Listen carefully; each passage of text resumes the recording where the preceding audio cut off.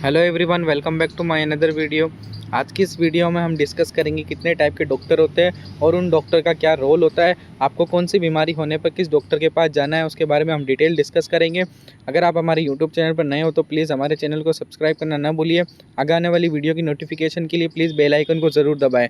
तो चलिए स्टार्ट करते हैं आज की वीडियो। जैसा कि आप कोई भी हॉस्पिटल में जाओगे, आपको कॉमन फीवर या फिर पेन हुआ तो आप जनरल फिजिशियन को दिखाते हो। वो जनरल फिजिशियन आपको डायग्नोस करते हैं और आपको कॉमन इलनेस के लिए ट्रीटमेंट देते हैं। उनका ये काम देता है आपको मेडिसिन देना और डायग्नोस करना। देन होते हैं पेडियाट्रिक डॉक्टर, जो कि स्पेशलाइज होते हैं in the medical care of infant, children and adolescent.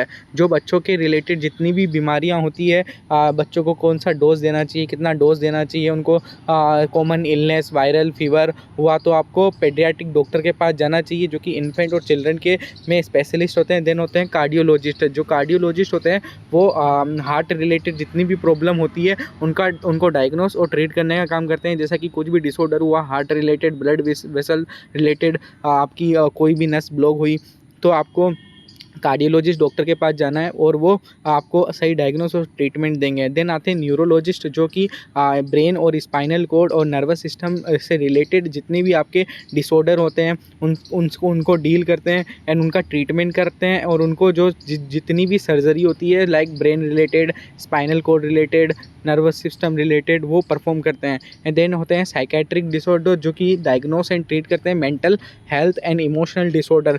जो पीपल मेंटल हेल्थ से डिसऑर्डर रहते हैं, मेंटल हेल्थ उनकी डिस्टर्ब रहती है, उनको साइकेट्रिक डॉक्टर के पास ले जाना चाहिए। वही इसमें स्पेशलाइज होते हैं, जो कि उनको अच्छी तरीके से डायग्नोस करेंगे, ट्रीट करेंगे एंड जो कि उनकी मेंटल हेल्थ है उनको और अच्छा से बेटर तरीके से वो ट्रीटमेंट कर सकते हैं। एंड इमोशनल डिसऑर्डर को जितने भी हो सकते हैं, उनकी जो डिसऑर्डर है मेंटल हेल्थ रिलेटेड, वो उनको क्योर और मिटिगेट कर सकते हैं। देन आते हैं डर्मेटोलॉजिस्ट। जो डर्मेटोलॉजिस्ट का हाईली स्पेशलाइज होते हैं in the skin, hair and nail. जितनी भी डिजीज़ होती है रिलेटेड टू स्किन, मतलब एलर्जीज़, आपके hair fall related, nail related जितनी भी डिजीज़ होते हैं उनको डायग्नोस एंड ट्रीट करने का काम करते हैं। और अगले आते हैं ऑर्थोपेडिक सर्जन। ऑर्थोपेडिक सर्जन होते हैं जो हाईली स्पेशलाइज ब्रांच है और ये related bone, joint and muscles और लिगामेंट डिसऑर्डर और इंजरी, जिसे जितनी भी बोन फ्रैक्चर हो जाती है, जॉइंट रिलेटेड या फिर जॉइंट में पेन है,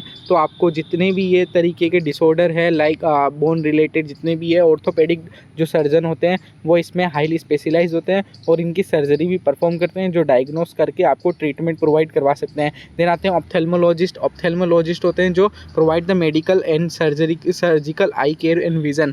जितनी भी आई रिलेटेड जितनी भी डिसऑर्डर होते हैं, आई रिलेटेड जितने भी डिसऑर्डर होते हैं उनको वो डायग्नोस करते हैं, ट्रीट करते हैं और उनका जो सर्जरी अगर परफॉर्म करने की होती है तो वो सर्जरी परफॉर्म करते हैं।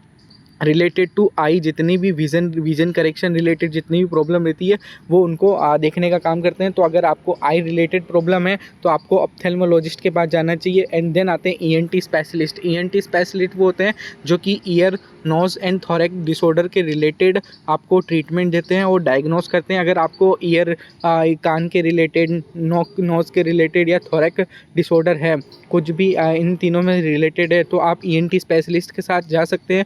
वो हाईली स्पेशलाइज्ड होते हैं। नाक और कान और गले के जो डॉक्टर होते हैं उनसे आप संपर्क कर सकते हैं और वहाँ पर अपना ट्रीटमेंट करवा सकते हैं। एंड जो आते हैं अगले डेंटिस्ट। डेंटिस्ट का वर्क क्या होता है, जितनी भी ट्रीटमेंट होती है teeth related, gum related, overall health of mouth, वो डेंटिस्ट देखते हैं। आपको जैसे दांत की प्रॉब्लम हुई, अगर आपको कुछ भी वहाँ पर दर्द हुआ, पेन हो रहा है दांत में, तो आप डेंटिस्ट के पास जाके दिखा सकते हैं। देन आते हैं गायनेकोलॉजिस्ट, जो कि रिप्रोडक्टिव सिस्टम हेल्थ रिलेटेड में हाईली स्पेशलाइज होते हैं, जो कि फीमेल रिप्रोडक्टिव हेल्थ को देखते हैं। अगर आपको जितनी भी प्रेगनेंसी रिलेटेड प्रॉब्लम आ रही हो या फिर हार्मोन रिलेटेड प्रॉब्लम आ रही हो फीमेल में, स्पेशली फीमेल में ड्यूरिंग द प्रेगनेंसी, वो सब चीज़ गायनेकोलॉजिस्ट जो डॉक्टर होते हैं वो इसमें हाईली स्पेशलाइज होते हैं। तो specially female in the during the pregnancy आप सभी को गायनेकोलॉजिस्ट डॉक्टर से ज़रूर जाना चाहिए, क्योंकि वही इसमें स्पेशलाइज होते हैं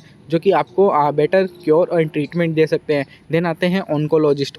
ऑन्कोलॉजिस्ट का हाईली स्पेशलाइज्ड ब्रांच है जो कि कैंसर को डील करता है। जितनी भी कैंसर रिलेटेड डिजीज़ होती है, कैंसर रिलेटेड जितना भी ट्यूमर होता है, वो सब का वो डायग्नोस और ट्रीटमेंट वो ऑन्कोलॉजिस्ट करते हैं। जो ऑन्कोलॉजिस्ट डॉक्टर होते हैं वो हाईली स्पेशलाइज होते हैं in the cancer treatment, mitigation and the cure में, जो कि अच्छी तरीके से आपको डायग्नोस करेंगे और उसका ट्रीटमेंट बताएंगे। देन आते हैं एंडोक्रिनोलॉजिस्ट। एंडोक्रिनोलॉजिस्ट आपको वो जैसे मैनेज करते हैं hormone disorder and disease of gland like the diabetes and thyroid.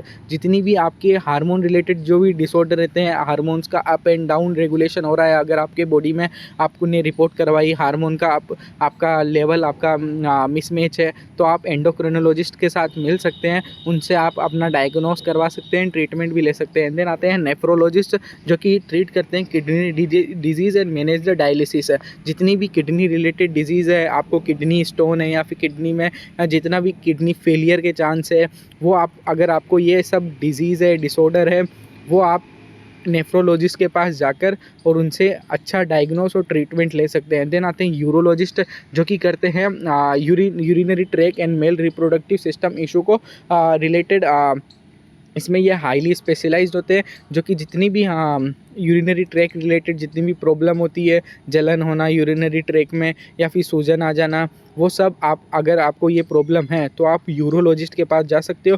Urologist इसमें हाईली स्पेशलाइज होते हैं, जो आपको डायग्नोस करके ट्रीटमेंट दे सकते हैं। And then gastroenterologist. गैस्ट्रोएंटेरोलॉजिस्ट मतलब आपको जीआईटी, आपका जितना भी जीआईटी में माउथ से लेकर एनएस तक जितना भी आपका जिसमें भी प्रॉब्लम हो जीआईटी में, deal with disease with digestive system and the liver. अगर आपके पेट में कुछ अल्सर हो गए हैं या फिर आपका डाइजेस्टिव सिस्टम अच्छी तरीके से नहीं काम कर रहा हो, अगर आपका क्या नाम मेटाबॉलिज्म अच्छे से नहीं हो रहा हो, आप वो डॉक्टर गैस्ट्रोएंटेरोलॉजिस्ट के पास मिल सकते हैं। आपको हाईली एसिडिटी रहती हो या फिर गैस की वजह से दर्द करता हो, वो सब आप ट्रीटमेंट गैस्ट्रोएंटेरोलॉजिस्ट के पास में ले सकते हैं। देन होते हैं पल्मोनोलॉजिस्ट। पल्मोनोलॉजिस्ट क्या आते हैं, treatment of lungs and respiratory system. जितने भी रेस्पिरेटरी रिलेटेड डिसऑर्डर होते हैं वो पल्मोनोलॉजिस्ट करते हैं, जो कि लंग्स के रिलेटेड जितनी भी होती हैं, वहाँ पर अगर उनको सर्जरी करना होता है या फिर कुछ भी ट्यूबरक्लोसिस रिलेटेड आपको ट्रीटमेंट देना हो, अगर वो आपको पल्मोनोलॉजिस्ट डॉक्टर देंगे। एंड देन रूमेटोलॉजिस्ट जो डॉक्टर होते हैं वो आर्थराइटिस, गाउट, जितना भी जॉइंट पेन या ऑटोइम्यून डिसऑर्डर रिलेटेड जितने भी आपको इशू रहते हैं, वो आपको रूमेटोलॉजिस्ट जो डॉक्टर होते हैं उनसे संपर्क करना है, जिससे आपकी वो अच्छे तरीके से डायग्नोस करेंगे और ट्रीटमेंट करेंगे। Autoimmune disease like the gout होगा, आर्थराइटिस हुआ, जिसमें जॉइंट पेन इफेक्ट होते हैं, वहाँ पेन करता है, जॉइंट में नी में पेन होता है, तो आप रूमेटोलॉजिस्ट डॉक्टर होते हैं उनके पास में आप संपर्क कर सकते हैं। एंड देन रेडियोलॉजिस्ट, जो कि क्या करते हैं, डायग्नोस करते हैं डिजीज़ को by the help of x-ray, MRI, CT scan using the imagining. वो डायग्नोस कर आपको ट्रीटमेंट देते हैं कि आपको कौन सा सुटेबल ट्रीटमेंट है दिस डायग्नोसिस के लिए। अगर आपको जितनी भी प्रॉब्लम है, एक्सरे जब आप एक्सरे करवाते हो, एमआरआई करवाते हो, सीटी स्कैन करवाते हो, तो वो उसको डायग्नोस करने का काम रेडियोलॉजिस्ट का होता है। वो रेडियोलॉजिस्ट डायग्नोस करते हैं एंड वो बताते हैं कि आपको ये प्रॉब्लम है। देन आपको सर्जन जो होते हैं, जो various part of the body का सर्जरी करते हैं, जो कि हम किसी भी सर्जरी के लिए जाते हैं तो मेनली जो जनरल सर्जन होते हैं वो हमारा बॉडी पार्ट की सर्जरी करते हैं। देन होते हैं प्लास्टिक सर्जन, जो कि प्लास्टिसिटी जैसे कि कॉस्मेटिक रिलेटेड जितने भी इशू रहते हैं, cosmetic surgery perform the reconstitutive and the cosmetic surgery को परफॉर्म करते हैं। देन आते हैं न्यूरो सर्जन, जो कि नर्वस, स्पाइन और ब्रेन रिलेटेड जितनी भी सर्जरी होती है उसको परफॉर्म करने का काम करते हैं। जैसे कि आपके स्पाइनल में कोई भी प्रॉब्लम है, वहाँ पर सर्जरी करवानी है, या फिर ब्रेन में आपको ब्रेन ट्यूमर है, उसके लिए आपको डॉक्टर की ज़रूरत पड़ेगी, तो आपको वो न्यूरो सर्जन आपको वहाँ पर सर्जरी करके देंगे और वहाँ पर आपका क्योर और मिटिगेशन आपका प्रोवाइड करवाएंगे और आपको ट्रीटमेंट देंगे। देन आते हैं एनेस्थीसियोलॉजिस्ट।